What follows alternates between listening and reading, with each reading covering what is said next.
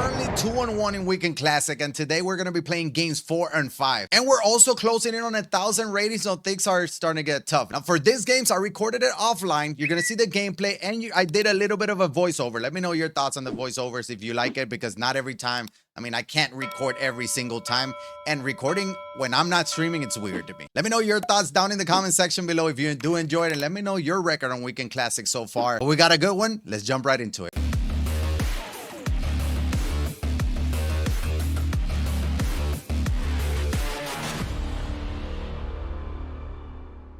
Here we go. Game number 1, P5 Roger Clemens. This is the squad. The lineup is Carlos Beltran, Ted Williams, Willie Castro, Lance Berkman, Juan Soto, Gil Hodges, Brooks Lee, Adley Rutschman, and yes, Scott Rowland is back on the lineup. We're currently 2-1. Winning this game means we get 2 of the June spotlights and 10,000 stubs. And we're going to be the road team facing P5 Roger Clemens. He has a very good squad, and as you can see, his average is actually very good. He's a very good hitter. Unfortunately for me, we started with the strikeout, then a hard grounder to first with Teddy, ball game, and then we got Willie Castro going down swinging. So I know legend P5 Roger Clemens is going to be very tough. Now my opponent started with the grounder to short, and I see that he was early on everything. He was sitting dead red, and I don't think he was making adjustments. You can see with this Andrew McCutchen at bat, I went off speed. I was like, let me see the fastball. Let me show him the fastball. Well, I showed him the fastball, and he did not miss it, and that just confirmed what I already knew, that he was sitting dead red, and I had to make an adjustment pitching. Obviously, that is the best pitch with Roger Clemens, but I had to be very specific on when to use that fastball. Offensively, here is Juan Soto. We're going to answer back his solo shot with one of our own, and what a card this Juan Soto is. I am loving it. Now, here, a little bit late on that 4 seam, but we're starting to time it. We're starting to time it. As you can see, another decent swing with Brooks Lee, but in the second, we're tied at 1 here. Bottom of the second, we got Brooks Lee making a play. And again, as you can see, a lot of off speed. I'm trying to keep him off balance until he shows me that he is able to make an adjustment on the off speed. I will just go ahead and keep giving him the off speed. Adley Rutschman is going to lead off the third with the liner. There's Scott Rowland with a grounder to third. And again, at least I'm not striking out a whole lot. He left that curveball hanging. Carlos Beltran did not miss it. I wish I would have gotten a little bit under that and more of a launch angle, but it's a 2-out double. And that was followed by a 2-out 2-run shot by Teddy, ball game. And that will give us a 3-1 lead. So we have 3 unanswered runs after giving up that solo bomb to McCutchen. And again, back to the off speed with Roger Clemens we go. Grounder to first, grounder to second. Brooks Lee, not the best defender, but Gil Hodges has very good defense over there at first. That will be out number 2, and then out number 3, a lazy fly ball to left field. As you can see, the fastballs I'm throwing are usually away. Here in the top of the 4th, we're gonna get a leadoff perfect solo shot with Lance Berkman, who had been, I guess, hitless for the last 3 games. Not this time. That was a moonshot too. 477. And that will do it for his P5 Roger Clemens. He brought in a lefty. Gonna get that little bloopy lefty with Juan Soto, his second base hit of the game. But after that, we didn't do much. Aaron Bummer's very tough for us, but we did hit a fly ball there and a grounder to third to finish the 4th inning. We got the 3-run lead, and back to the off speeds we go. We get Seager swinging. That's Roger Clemens' 5th strikeout. Andrew McCutchen, you're not getting the fastball again. Back-to-back strikeouts. Make it 3. Striking out the side in the 4th, and we know we're in his head, and he's going to go ahead and quit. That means we're up to 967 rating. We love that, and we get the 2 June spotlight packs, so let's just go ahead and open them. That guarantees you probably 10, 20K. The first one, starting pitcher, that is Jason Miz.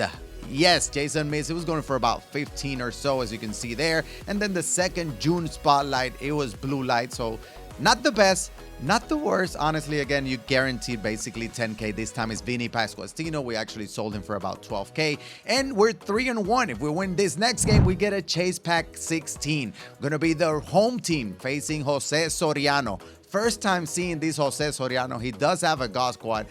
And every time I face a new pitcher, I'm worried, right? If you usually don't see a pitcher, it's a little bit tough to get the timing down and read them. But we do have Tariq Skubal. I was debating if I would go with Tariq Skubal or Randy Johnson. I went P5 Skubal.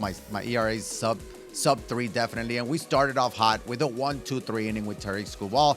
But again, Jose Soriano, first time seeing him, he was pitching well, and I could not lay off that slider with back-to-back strikeouts, make it 3 for us. That splitter at 91 was coming in hot too. The fastball can also touch 100. Here, very unfortunate start to the second inning. That ball is going to hit the base, and Scott Rowland was not able to make that play. Here's Scott Rowland with the deep fly ball to right center field, but Beltran will get under that and make a play. Then we're looking for a double play. That was the pitch that we wanted for the double play. We got the grounder, but it just wasn't hit hard enough. It did not matter because we're going to get Gil Hodges swinging on that one. Going into the bottom of the second, Lance Berkman wanted another home run. We didn't get it there. Decent swing here with Juan Soto, but just not good enough. 89 off the bat, and that will do it for us there in the second.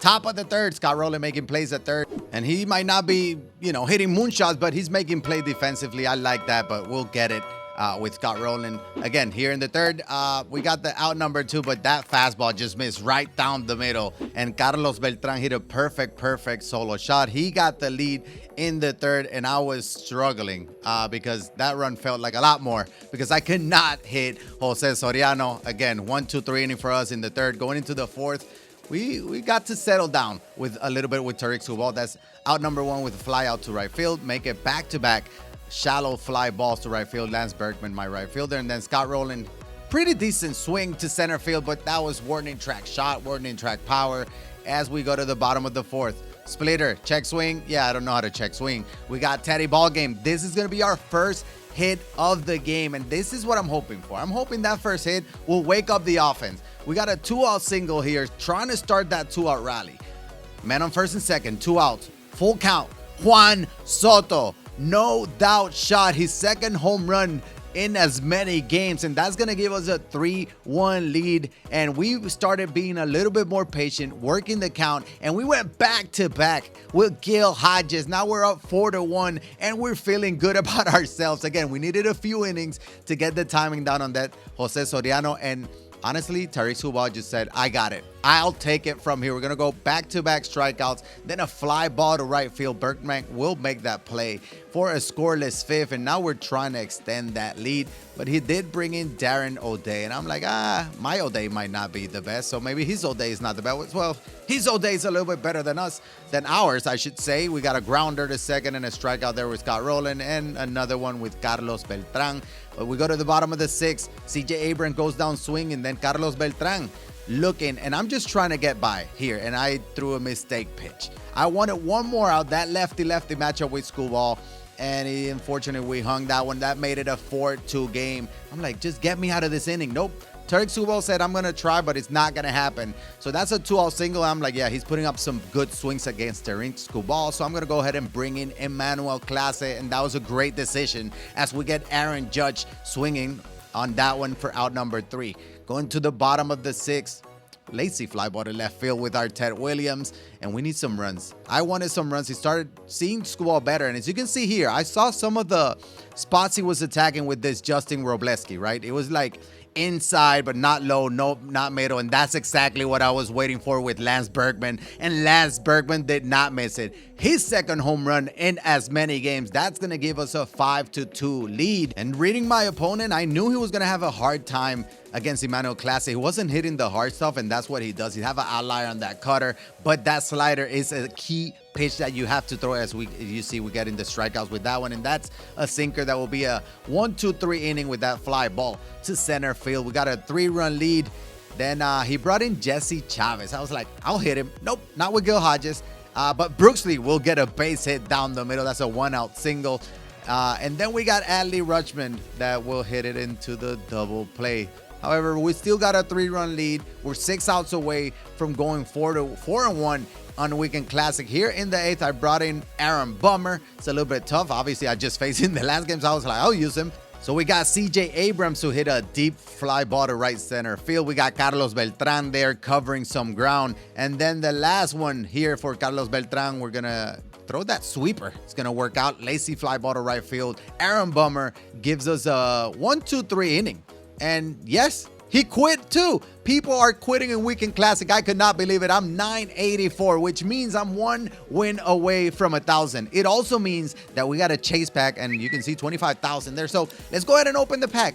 is the Trey Turner pack. He's going for about 170,000 stubs. What does that mean? We can pull Trey Turner. We can pull him. Well, it's actually purple lights. But wait, it is a shortstop. Oh, it is Trey Turner. We pulled the wrong Trey Turner again. It's unbelievable. Second time out of that chase pack, but we are 4-1 and 1 win away from 1,000. And I was shocked that we cost 2 rage quits in Weekend Classic. Again, games 4 and 5. We're 1 game away from 1,000 rating. Obviously getting more rewards in Weekend Classic, and the God Squad is feeling pretty good. And yeah, you won't want to miss next video, so make sure you like this video, subscribe to the channel, turn the bell notification on so you don't miss when we upload that one. But hey, again, thank you so much for watching. This is YeYo, and I'll check it on the next one. And I'm out.